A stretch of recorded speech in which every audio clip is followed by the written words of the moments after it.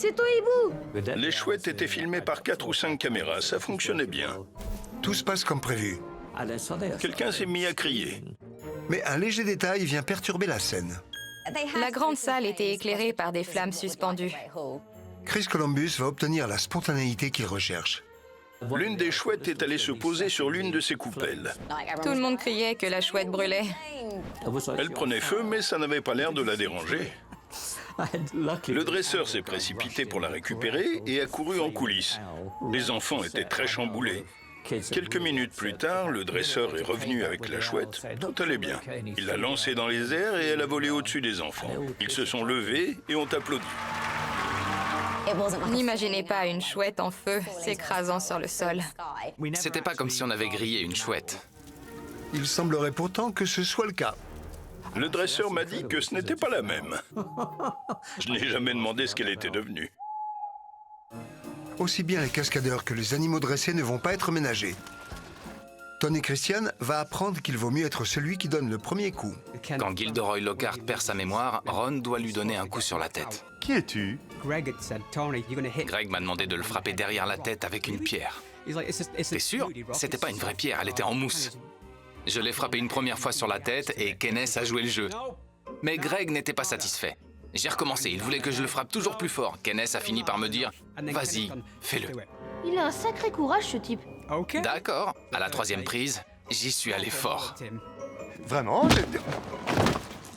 C'était le vrai bruit du coup qu'il a reçu. Qu'est-ce que je fais maintenant? Kenneth ne s'en sort pas trop mal. David Bradley, quant à lui, va demander à changer une réplique. Dans le premier livre, il y a une scène que nous n'avons pas tournée où Rusard trouve les enfants à un endroit interdit et elle dit « Nous allons avoir des ennuis, jeunes gens ». Je l'ai réutilisé dans la scène du saule-cogneur du 2e film. Visiblement, quelqu'un ne veut pas de moi ici. À l'origine, je devais dire « Vous allez être collés ». Et j'ai demandé à Chris si je pouvais dire la réplique que nous n'avions pas utilisée dans le premier film, parce qu'elle me plaisait beaucoup. Il a accepté. Oh, Seigneur, nous avons des ennuis. Aujourd'hui, c'est l'une des répliques les plus cultes du personnage de Rusard. Tout n'est pas si simple sur le tournage, notamment pour cette scène complexe. Vous êtes Aragog, n'est-ce pas? Elle va mobiliser plusieurs départements. Le réalisateur et le scénariste ont dû séparer les séquences et les envoyer aux équipes d'effets visuels pour qu'elles puissent commencer à travailler dessus en parallèle. La scène d'Aragog et du terrier aux araignées est un travail en tandem avec les différentes équipes d'effets spéciaux. On a d'abord commencé par filmer les scènes sur plateau. La séquence finale est réalisée à l'aide de marionnettes et d'images de synthèse. On a fabriqué 12 araignées qui pouvaient parfaitement se replier et avancer. Ils les ont modelées en 5 ou 6 tailles différentes. Des modèles simples, contrairement à Aragog. Et une taille imposante. Aragog effrayait les enfants. Même s'ils savaient qu'elle n'était pas réelle, ils en avaient peur. C'est Nick Dodman qui va concevoir le pire cauchemar des enfants. On a fabriqué cette araignée géante. Les pattes avant pouvaient être contrôlées à distance.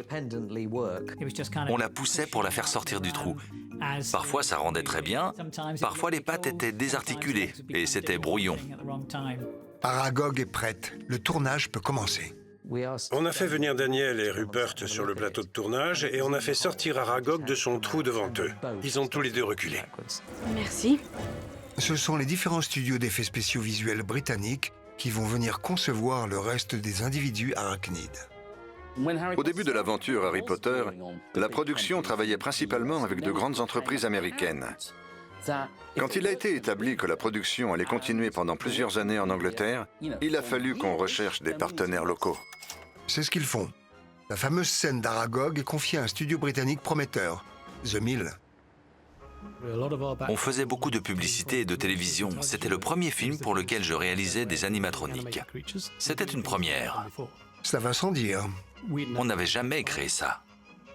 Ce projet terrifiant atterrit dans les mains compétentes de Tim Burke.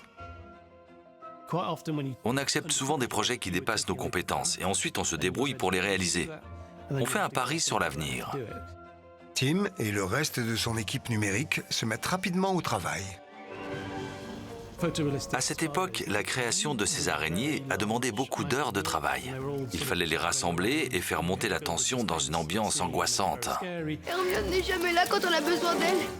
Ce ne sont pas les araignées géantes qui tourmentent l'équipe. Chris Columbus doit relever un autre défi. Comment vont-ils donner vie à Dobby? C'est un si grand honneur. L'adaptation de la Chambre des secrets va poser de nombreux problèmes, mais Chris Columbus n'en laisse rien paraître. Ça se traduisait dans son attitude. C'est effrayant comme le temps passe vite quand on s'amuse. Et dans sa façon de diriger. Mais à chaque âge, son lot de défis. Richard Harris était âgé. Il oubliait souvent ses répliques. Je me rappelle qu'un jour, Daniel lui a proposé de répéter leur scène ensemble. Je tiens à te dire un grand merci. Il n'avait que 11 ans. Richard Harris en impressionne plus d'un. J'étais pétrifié. Évidemment, j'avais entendu parler de ses déboires sur la scène théâtrale londonienne. Je me sentais pas légitime de lui adresser la parole. Qu'est-ce que j'aurais bien pu dire à Richard Harris? Tu sais parler? Si Richard Harris fait l'unanimité, pour d'autres... Qui êtes-vous?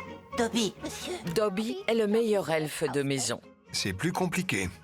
La question était, comment allait-on donner vie au personnage de Dobby? Je suis sûr qu'un tas de gens peuvent le faire. Quand le projet de la marionnette de Nick Dodman tombe à l'eau, Il était déjà prêt dans nos ateliers. l'équipe digitale prend le relais. Pour Dobby, ils ont fait appel à ILM, qui était la référence à l'époque. C'est ILM, la société de George Lucas, qui l'a créé. C'est une déception pour les studios anglais, mais son design est tout de même conçu au Royaume-Uni. Plusieurs dessinateurs travaillaient sur le personnage de Dobby. Ils ont eu beaucoup de mal à statuer sur l'allure de ses oreilles. Oh, c'est difficile, monsieur. Heureusement, l'inspiration est au rendez-vous. C'est Max, le chien de notre responsable, la mascotte de l'équipe de direction artistique, qui nous a inspirés avec ses oreilles tombantes. C'était ce qu'il nous fallait. En effet, oui, monsieur. La décision finale ne dépend pas que de Chris Columbus. Le réalisateur soumet les propositions à J.K. Rowling en personne. Chris était admiratif du travail de J.K. Rowling. Il n'avait aucune obligation de valider ses décisions avec elle. C'était lui qui le voulait.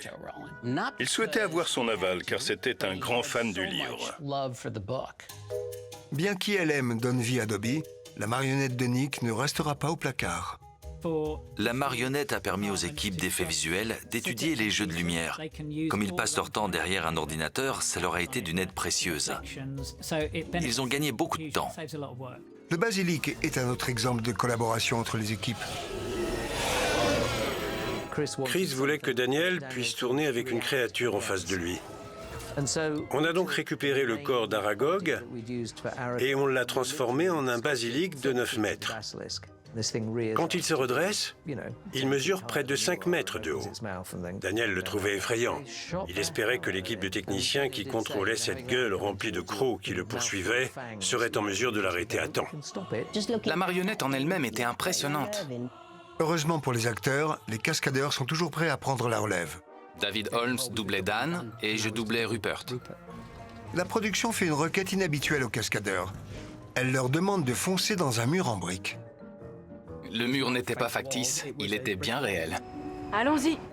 Greg Powell nous a dit à moi et à Tony de courir aussi vite que possible et d'essayer de ne rien se casser. D'un côté, Chris Columbus materne ses jeunes protégés. De l'autre, Greg Powell, le coordinateur de cascade, opte pour une approche pure rentre-dedans. Il fumait un cigare et il nous a juste dit « ça va faire mal ». Donc on a couru et on a fini dans les caddies. C'est tout ce qu'il nous a dit. Suite au premier film, David et Daniel deviennent très proches, tout comme David et Greg des années auparavant. David a commencé à travailler avec moi très jeune. C'était toujours un enfant quand il a commencé sur Harry Potter. David et Greg étaient très proches, un peu comme le fils qu'il n'avait jamais eu. Greg était mon premier coordinateur de cascade. C'est lui qui m'a fait rentrer dans le milieu. Je le considère comme ma famille. Il incarnait autant Harry Potter que Daniel, parce qu'ils faisaient le même travail. David exécute des scènes risquées que les acteurs voudraient parfois effectuer eux-mêmes. On a peur, Potter. Tu aimerais bien. Pour le duel de sorciers, Tom Felton a insisté pour faire lui-même la cascade. Rictus Sempra! C'était une cascade assez complexe. Même s'il veut faire bonne impression, une cascade à l'aide d'un câble n'est pas une chose à prendre à la légère. Je déteste faire ça. La vie de cette personne ne tient littéralement qu'à un fil. Il faut toujours être prudent. Qui plus est, cette cascade est l'une des plus dangereuses. Le principal risque était que le câble s'entortille autour de son cou. Ça pouvait vraiment mal finir. On ne voulait prendre aucun risque. La sécurité passait avant tout. C'était une cascade trop complexe pour Tom. Pas de cascade pour Tom Felton. Tu dois être content, hein, Potter? C'est David Holmes qui a réalisé cette cascade avec brio. C'était pas gagné. Il ne fallait pas que je percute Alan Rickman pendant mon saut. C'était une bonne cascade. Les dangers n'arrivent pas que sur les plateaux. Je me souviens qu'on avait fait installer un terrain de basket. On y jouait pendant les pauses repas. Ce tournage avait des allures de colonie de vacances. Mais des professionnels du grand écran n'ont rien de basketteurs professionnels. C'était une bonne idée, mais il y a eu toute une série d'incidents. Un jour, quelqu'un s'est déboîté l'épaule en jouant, et j'ai dû la lui remettre en place sur le terrain. C'était visuel et sonore. Gardez-vous, il aurait fallu tout de suite me l'amener. Dès le début, Chris a encouragé ce genre d'initiative. Il voulait créer ce sentiment d'unité, comme une sorte d'équipe ou de grande famille. Il ne voulait pas que ce soit juste du travail.